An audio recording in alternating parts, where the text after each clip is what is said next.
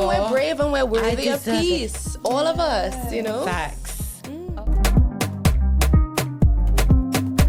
Yeah. He's thinking, bro, like we're meeting for the first time. This girl, She's coming with a dirty top.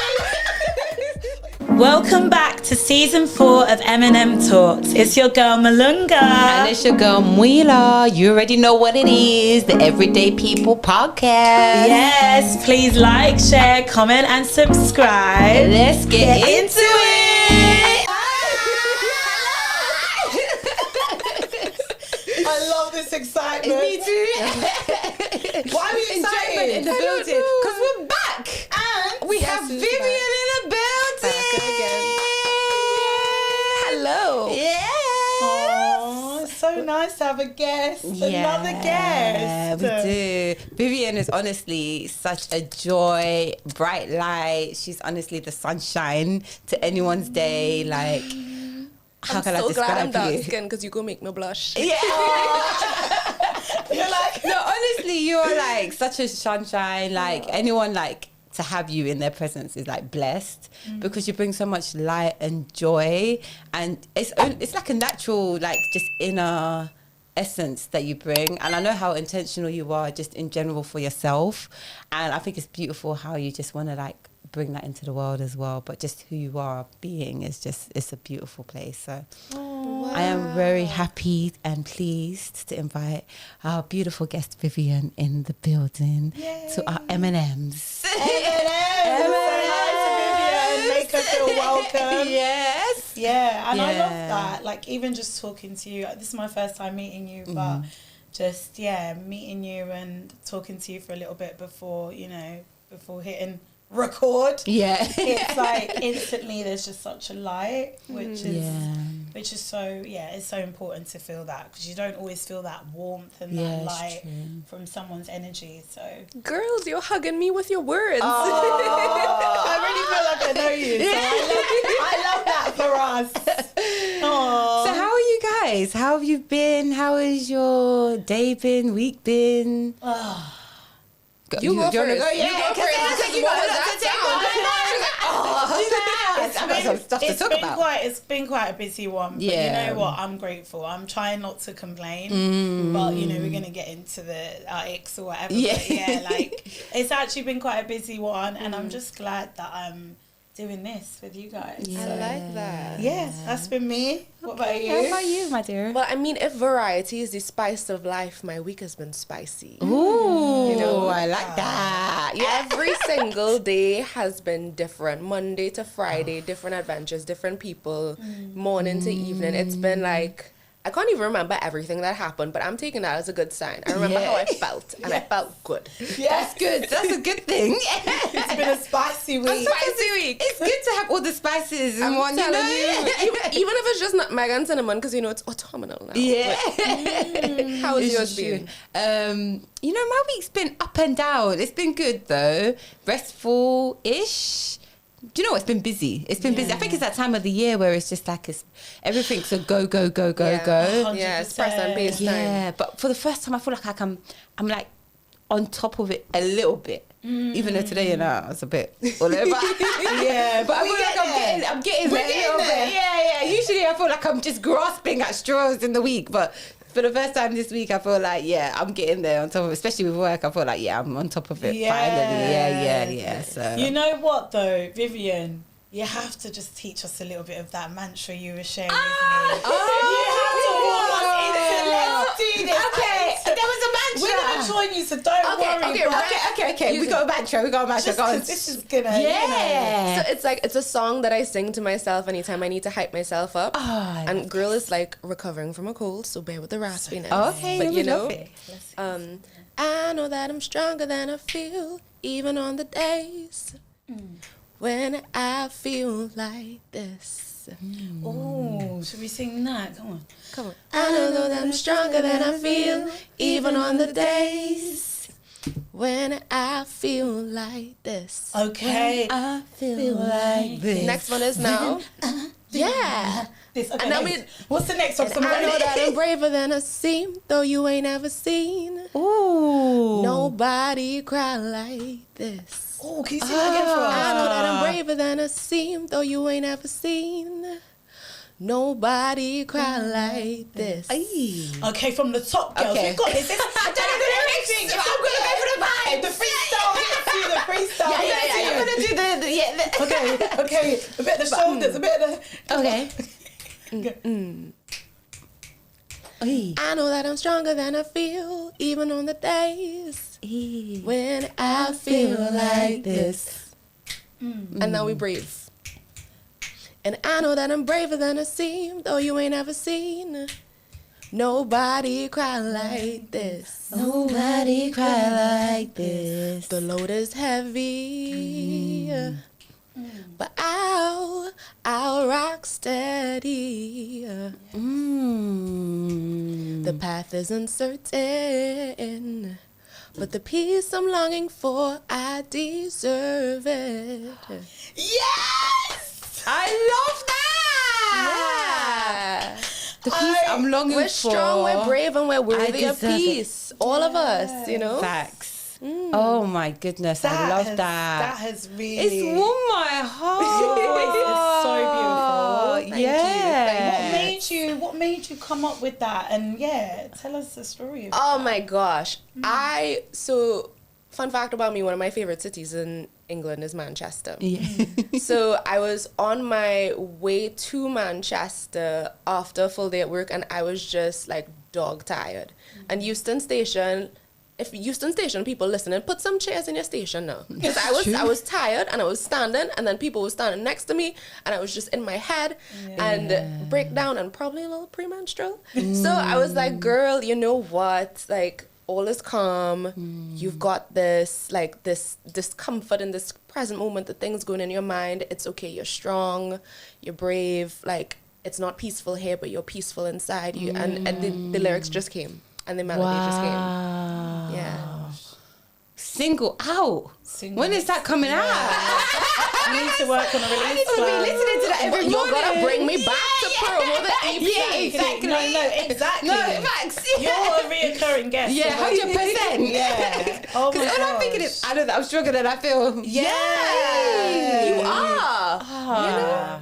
And it's so nice to be able to center yourself in like chaos. That's true. Because it's like, we were even saying that you can get swept away by everyone around you, and it can feel quite draining, and just like everyone's on the go and it's non-stop. But the fact that you were able to center yourself with those lyrics and they just came to you, it's like, that's the power of music. That's true. You know, just that affirmation is important. So it's the power of music and the power of a room with no chairs. yeah, get some chairs. Get some chairs in here now. Chairs in your station. Is that one of your icks? If we get into you're gonna go first. Because you're gonna. Okay, aside from public spaces with no seating, my ick is grown people who pick their nose. In general, but especially in public. Because I agree with I don't know if I'm manifesting nose pickers in my life right now, but every time I'm on a bus or in a cafe, there's a grown woman or man digging for gold. Oh my. No, not digging for gold. Digging for gold. Mining for precious resources in their nostrils. You know? And there was a time I was in a cafe, and maybe I just need to be better at minding my own business, but I'm sitting on my laptop doing my thing, you know, building a business. Yeah. There's this student next to me, and I could tell it was a university student. They just gave off that vibe. Yeah. Repeat offender. Multiple times. Whilst I'm sitting there, touching the raw surface of the table. So, you know, I'm touching no cafe tables now. Then his friends come, and he hugs them with his rinky-dinky stinky nose fingers. Oh no. That's my ick. That is so not nice. That is nasty. Oh, like I can. Oh god. Like, especially like you're around people in general, but the fact that you're doing it outside as well to add on to insult. And And then you're meeting people. If they are like food sharers, he's gonna be like, "Let me get a piece of that." Do you know what? This is scaring me. It is. Because obviously we're foodies. I'm a foodie for sure. And like sometimes I do think, when they're making that food of mine, are they really, you know, cleansing like their hands? Really? You have to, because follow I protocols. don't see, like when I cook, for example, I obviously wash my hands and everything, but it's not like I'm cooking with gloves. You know, when people wear the gloves, and I don't know why, but it just feels weird when you make food with the gloves on. Yeah. So I don't see chefs, like, you know, when you go to those restaurants and it's like an open kitchen, so you get to see the chef cooking. True. I actually rarely see them with gloves unless it's like a specific kind of food, or someone's got an allergy. I don't know. The only time I see people with gloves is online, actually, when they're cooking and they're doing their, like, they've got the black gloves. Have you seen that? Yeah, but when they're prepping meat or something. That's when they're prepping the meat. But usually I've noticed with most chefs, I think it's to do with, you just want to feel the, like, I feel like I would slice up my fingers if I was wearing gloves and like chopping. Yeah, like I feel like I would lose you sense of what I'm doing. You need to feel the, like, you need to food. feel it. Be one with the onion and everything. Be one. Exactly. So it's just one of those where it's like, it's just now made me think about that and the paranoia of, you don't know. But you know what? Sometimes it's best. There's some things you just don't need to know, innit? No, I want to kind of know. What is I need to know the extent. I need to know the extent of it. Like, honestly, I'm attaching my ick to yours because mine is actually quite similar. Yeah, go on. No, you go, because I don't. No, you go. I'm trying to think of my ick now, because that's quite a good one. It is. Because mine was like, I had two actually as I was coming, but one of them was about, like, you know, when you go to greet someone and their hands are like dirty and black, not the nails, just the hands, and you think it's not explainable. Like, if it's explainable, then it's like, okay, they look like they've been, you know, mining somewhere or doing something. They've got one of those handsy, you know, they've got high vis, them jobs, But like, if they look like if you're suited and booted, but your hands are, or you've just come from the gym and your hands are like black. You know what that reminds me of? One time I was meeting up with someone. Well, it was a date. Let's just be real. I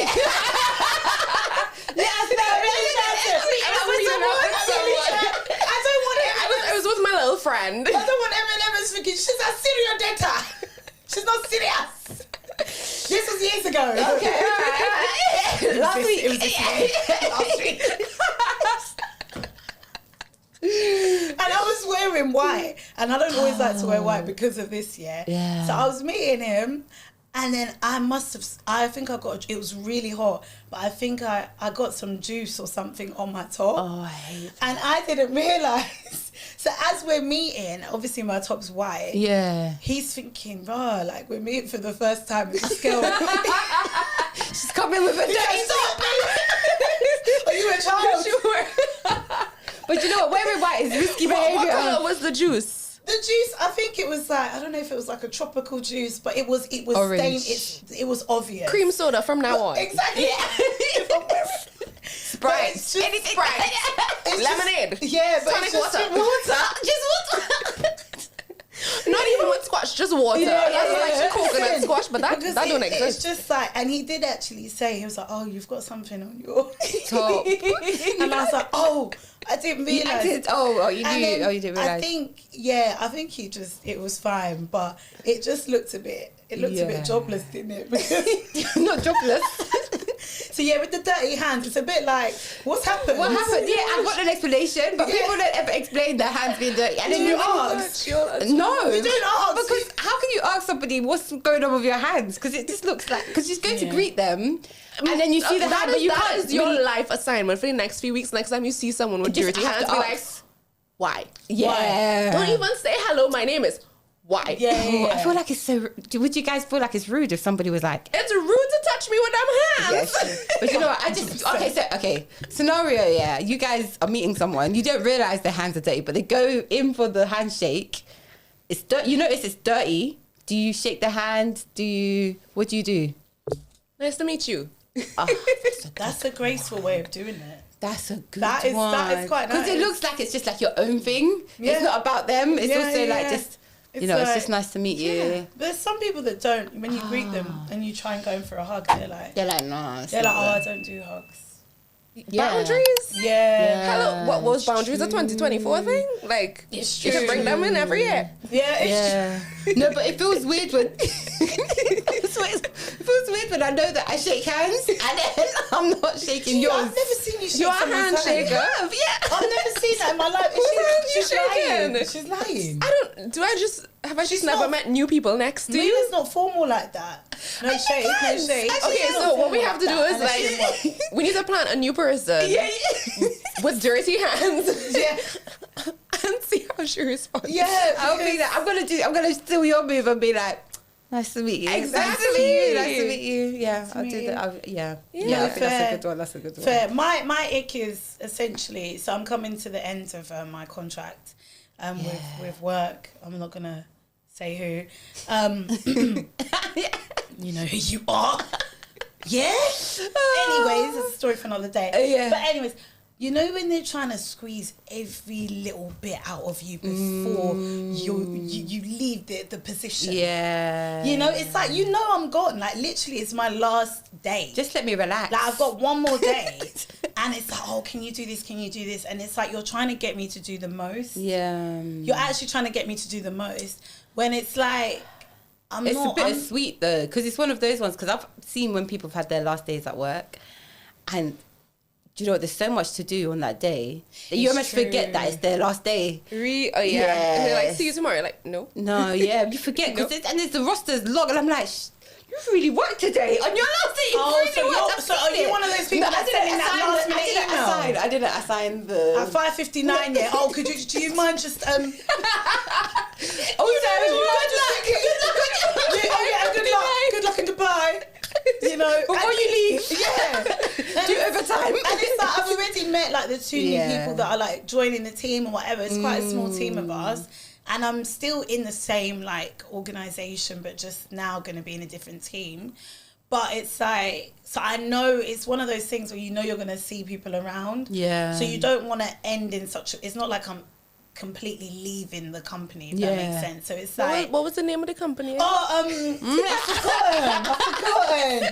But yeah, please just let someone's last week, their last day, you know, just sweeten it a bit. I think you have to do something special for someone's last day, honestly. Yeah. You gotta But a good instead, send they're off. like really trying to overwork me, and I think that's why this week I've been like, ugh. Do you have a leaving do?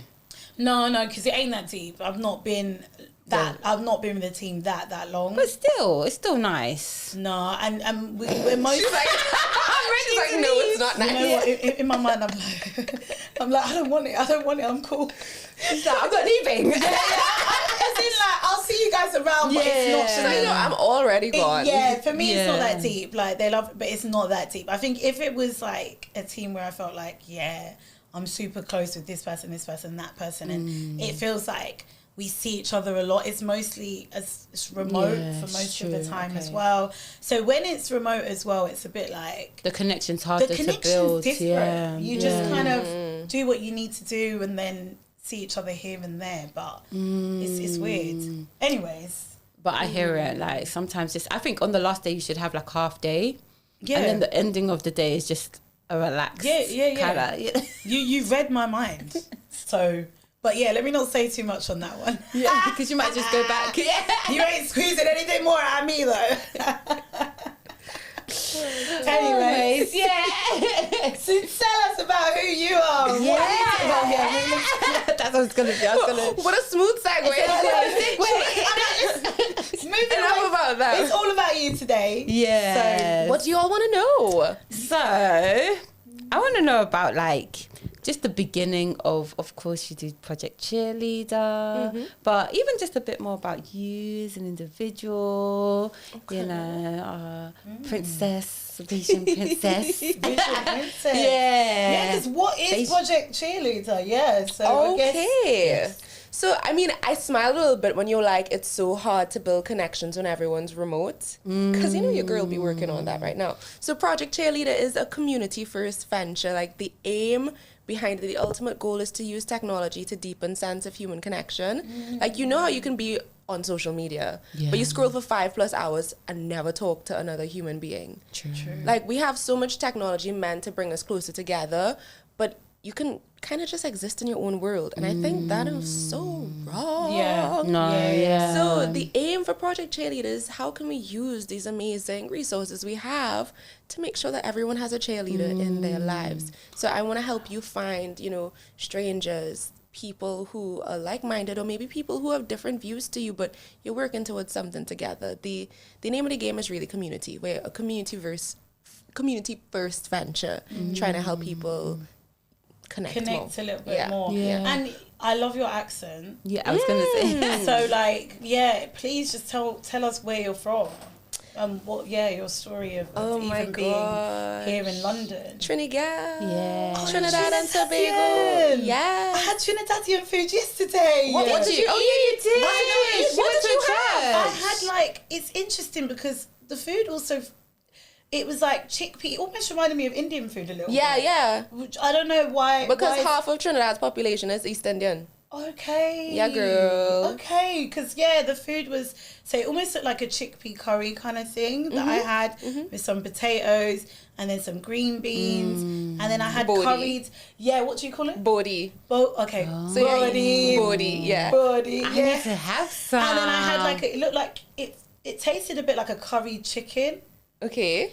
And then and I think there was a little bit of mutton maybe. As Yeah. well. So is that, what are your traditional foods? Yeah, and I what mean, do you love you're to eat? describing that. Did you have any paratha or roti? It was like a little, it looked. She had roti. She had chana bodi roti. Yeah. I love the way She you had say the whole that. thing. Yeah. I love your accent. Yeah. I love it. So what's your favorite thing to eat back home? And Oh gosh, okay, so the default answer is doubled, but that's so boring. That's like our street food. So it is also like fried dough. But how you fry the dough is specific. It's thin, it's seasoned, and then you kind of have to put it in like a container so it softens and continues cooking. And then you have the chickpeas, or we call it chana as well, with some grated cucumber, sweet sauce, like tamarind sauce. Yeah, So that's good. sweet sauce. So yeah, Sounds so that's street food. I love that. Roti, curry, could eat that every day of my life. Love that so much. Oil down, breadfruit oil down. Oh my gosh. Yeah. That's not something that I have regular because I don't know why no one in my family used to make it, and I certainly was not going to learn how. So What's this bread? bread, you know breadfruit? Yeah. Basically I can't describe it because I never learned how to make it, but I know it tastes good. Okay. That's okay. that's all that matters. So so you're from Trinidad, and then you grew up, born and raised. Born and raised. So the first 19 years of my life was spent in Trinidad. So I grew up, like, did the thing, went to school, and I've always been a people person and a creative. So art has been my love. I used to do like sculptures. In my last year of high school, I did like a 4-foot tall sculpture and donated it to the school, and they auctioned it off to raise funds to build a new building. I don't know if that building ever got built, but you know. You donated it anyway. I did my part. Yeah.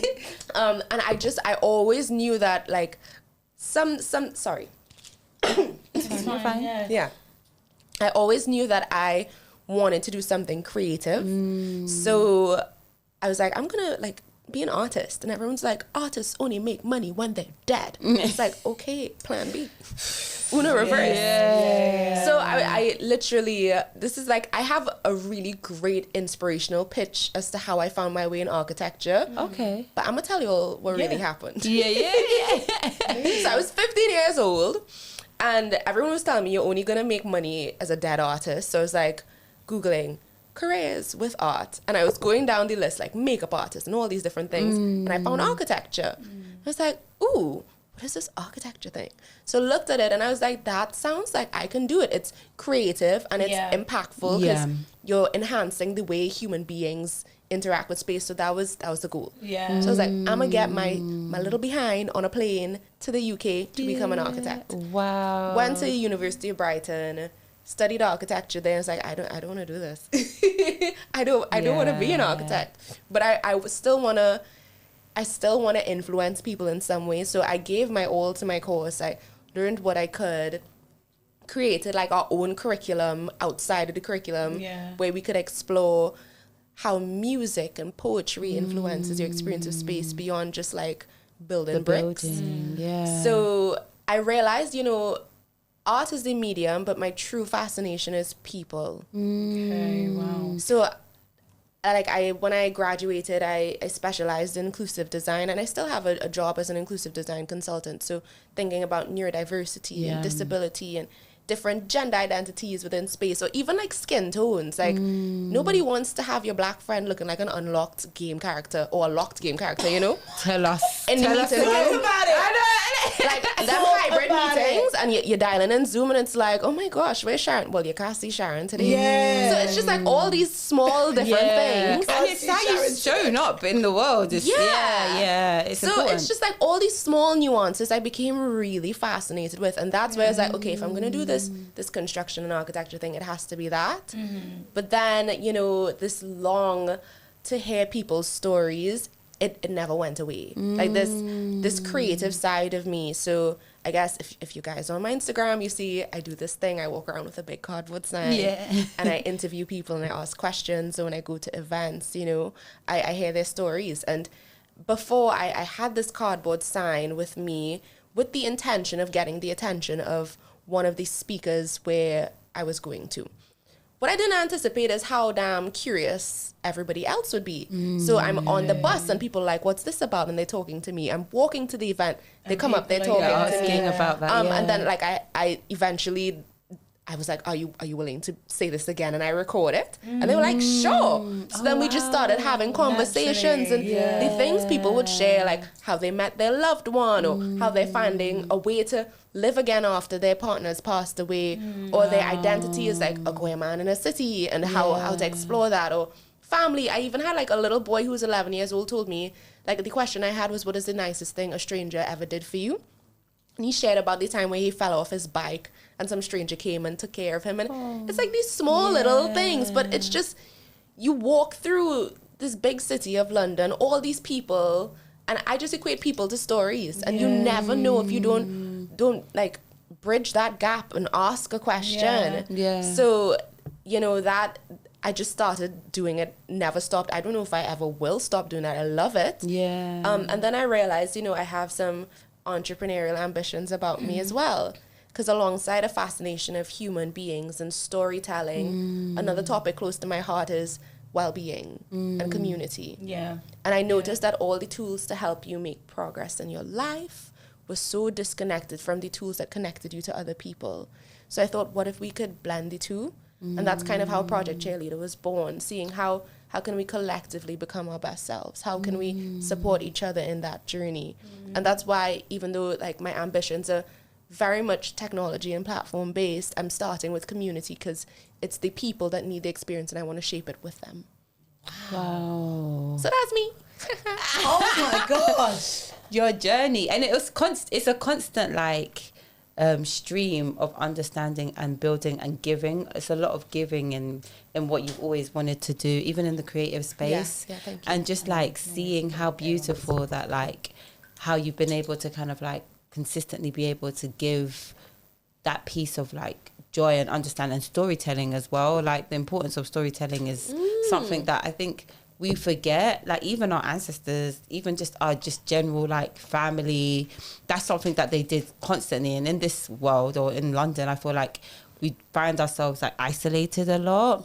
And finding spaces. In fact, it's so interesting also thinking about like how you wanted to do like architecture. That was something that came to mind initially, and it was all about spaces and how you interact with space, but community is also about how you interact with space in that way. And so that's even more important, as you mentioned. And so like it's so beautiful to see how like space and people can be, it actually, I think it affects even just your general day-to-day health, because people honestly, like your health can decrease. And even sometimes you see online, like people might not be in the best place or whatever, you know, as best is, you know, is dependent on whoever, you know, wants to think about it. But some people might not be living in what's called the best space, but they're the happiest people, or, you know, they live in the greatest life because they have the community, and the space is actually community. Whereas some people can be living the greatest life or greatest space, but they feel empty inside, and they feel like they haven't got the people there for them. So it's almost like, what is the importance in life, and how do we really know about like our calling. So like, do Yeah. you feel like this is your calling? And how, if so, like, how did you know that this was the calling for you? And also for you, Malunga, like, how do you know what your calling is, like, in regards to like life and in community? But I'll go with you first. So you're asking if I feel like this is my calling? 100%. 100%. It's like, I feel like it's my calling because I tried escaping it and I couldn't. Yeah. I tried to do something else and it kept nagging at me. Yeah. And I kept bringing elements of it into whatever I was doing. So when I was studying my architecture degree, being from Trinidad and Tobago, I was just like, I don't only want to learn about these white European people. Like, teach me about... Preach it. Yeah. Teach me about different experiences and different cultures. And because we have buildings in the Caribbean too. Yeah, and that's what I love about, even I had to know, like, where are you actually from? Because you bring such a different essence and energy. You can always tell when someone's not born and raised in London. Not to say, or like in the UK, not to say that we're all like miserable and moody, but there's something about an energy. Whenever you go to like a different country, different city, there's something different that every country has. It's that true. The people are that they bring. So you're bringing that and your roots and your foundations and what you learned when from when you were 19 onwards, and even from when you were born to London. Yeah. And it's interesting that you're bringing that light, that energy. You're holding up that card. You're interested in people. So it's like, it's so nice, because we were even saying that, sometimes you get on the train and everyone just looks down and everyone's just looking at their phone. Do you know, like, sometimes I'm on a train and I get people to take out their headphones so I can talk to them. Oh. Really? Yeah, not everyone. Oh, no, you're one of them! I am an introvert's worst nightmare. Oh, my gosh. Excuse me, yes. Me and back in July, I was on my way to an event and I had my big cardboard sign and I got up so early. I got up at like 6, so I was on the train maybe between 7:30 and 8 in the morning. Yeah.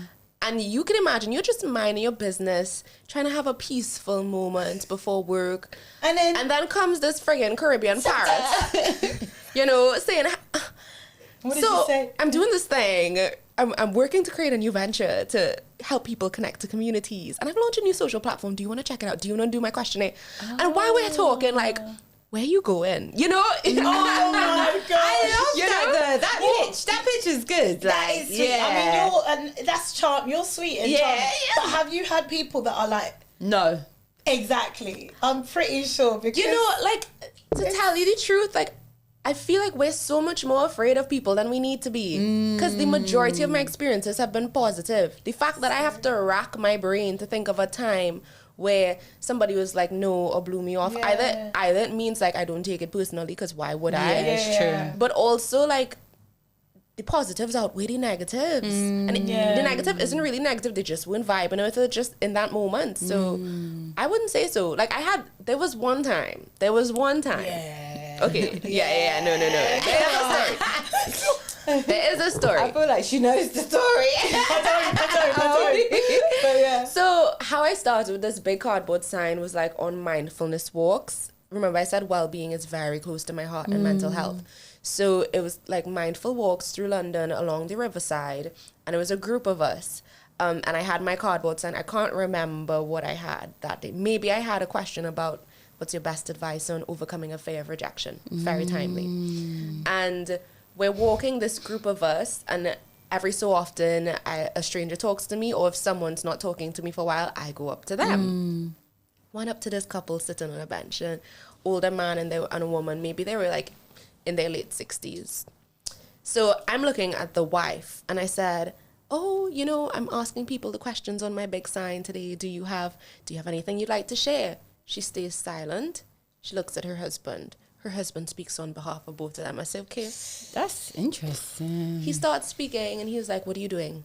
I'm like, I'm asking you a question. He's like, why are you doing this? Like, what are you getting out of this? Where is this going? And I said, well, we're a group of people. We're on a walk, like raising awareness for mental health, connecting with each other. He's like, oh, well, I don't think mental health is real. He's like, I think it's just an excuse people make to get out of work. I say, what? And then, thank God I wasn't by myself, because somebody else jumped in and kind of met him where he was at. He was like, I understand how you can have that frame of mind and that thought process, but mental health is very real for a majority of people. It's real for me, which is why I started this venture, for us to come out and do these walks. And he's like, well, mental health is so broad. I think if you have a problem, just say what it is. And then the other guy was just like, his name is, I'll pick it up, it's Arthur and Brad. Like, they have these amazing ventures called Just Another Moment is one of them, and the other one is Mindful Expedition. Shout out to you guys. They're doing amazing work. So it was Arthur who shared with him, well, you know, not everyone knows what the problem is, which is why that term of mental health is so comforting. So we had this back and forth, and then I asked him the question, and eventually he started to share his story. He's like, well, this is what I think. Clearly, I had shut off because I can't tell you what the man said. You're like, listen, I don't blame for me. What I do remember at the end, though, he's like, oh, yeah, and I'm a life coach. Oh. I said, what? He was like, yeah, because therapists don't help people take action in their lives. So I coach people. What the heck? That is crazy. He's like, yeah, I wrote a book. Here's my book. I said, that is Plot crazy. twist. Yeah. I was not expecting him to be a life coach. That's interesting. And he also seems very pessimistic. Well, so is his wife. In regards to like... The wife seems I still don't know if she has the ability to speak. I've never heard her voice. The fact that she was just you tried to ask her the question, and then she's like, no, that's... honey. Interesting. But even so, that's what I'm saying. Like, a negative interaction wasn't negative. Yeah. Because at the end, he kind of saw where we were at. Yeah. So he got something out of that. Yeah. Still. And it might have changed him. It might have changed how he views mental health. Not in that moment, but in the future. Do you know what I mean? Like he's changing anytime soon. But you never know. It could be the beginning. It could be the first seed It's of just like, an you know, excuse for to the get out of future. work. I said, brother, man. That's crazy. Yeah. That's crazy. Nah. It's crazy. But you know, some people generally, and it's crazy if like, imagine if he's someone's manager, like in work. That is crazy. Like how would you even be able to like function or like be able like or he's creating a business and you have that mindset. Like how do you create businesses when you have a mindset where it's like so skewed? Precisely. Yeah. But like, then don't they say that those people that get into like leadership positions, very senior kind of, they're almost like a certain personality type. Not all of them. really? But there's like, haven't you heard that they're like, I think I have actually. What personality type is that? Sociopaths or something. Not even personality. Sociopath. Anyone that's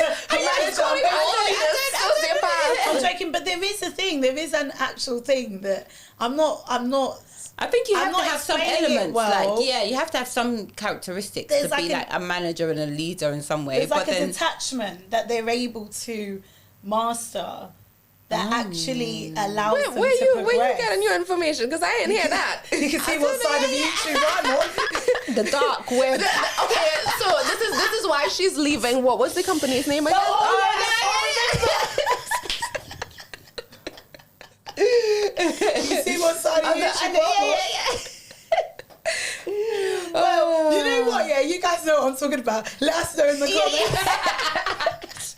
I always say that when it's like. I think I have heard of what you're saying a little bit, but I don't know about them being like dark, like being part of the dark triad. Yeah, but no, maybe not. I feel like it's the opposite. I feel like to be a leader, you have to be compassionate. You have to be more invested to for your company to thrive. But those people aren't always in those positions, though. True. Like That's the we've problem. all had people that. Well, You know what I there's mean? a bit of do whatever it takes, no matter what it takes, that can get you certain places. So I guess I can see where you're coming from. But I think in today's world, we're kind of craving different traits from our leaders. So you still have the big cats who've made it in that way, but I don't feel as though they're as glorified anymore. Yeah, thank God. That's true. There's Actually, more people hold them to account, actually. Yeah, that is true. You know? Yeah. Yeah. Because you have to have that sense of like well-being, and well-being is actually celebrated in a lot of workplaces a lot more now. So yeah, but I feel like it is sort of celebrated. But then the question on mental health that I wanted to ask you is, when you were back home, was that such a thing? Ooh, back in Trinidad and Tobago. Yeah, because that's what, you know, if I'm thinking about like, you know, Yeah. we're from Zambia or whatever, but yeah, how Is is that that reflected that kind of No, conversation? in society? Look, my Twin Island nation is good at many, many things. I think the narrative around mental health is still growing.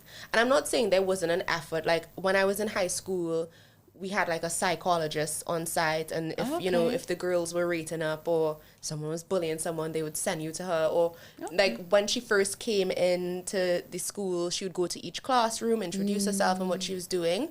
So that was, to be honest, the only kind of conversation around mental health I saw. And that's fine. Like, it's good that that attempt was made, but it's more than just having, you know, a person to talk to and tell your feelings to. Yeah. Because we had a lot of girls suffering with anxiety and depression and body dysmorphia. And, you know, I'm from a very, like, religious school background. So when people were exploring queer identities, what impact would that have on their health? There wasn't a space for that. Okay. So I think, yeah, it was needed.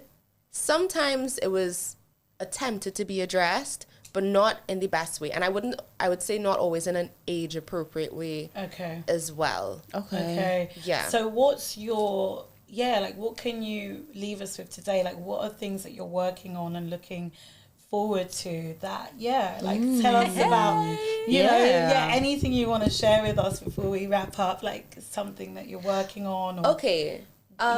The big thing we're working on right now at Project Cheerleader is we're working to pull together a lovely year-end event. So stay tuned, look out for that when I DM you telling you come and support. We will come, definitely. But I guess like I'm gonna be that person and plug the socials. of course. The journey is constantly evolving. So find us on Instagram and LinkedIn. we'll add Project all of Cheerleader. that. We'll add all of definitely. that for you. And if you want to hear more of your girls' crazy adventures, it's Vivian Wall on Instagram. Oh, thank you so much. And remember, you're stronger than you feel. You're braver than you think. You're powerful.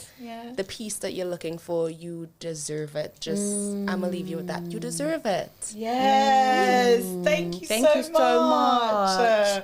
It's been so short and sweet, and I'm really sad about that. Yeah. Well, you're coming back. Guess who's back? Back again. Thank you, guys. MNM Talks. Thank you, guys. Thanks for listening. Please like, comment, share, and subscribe. We have been MNM Talks.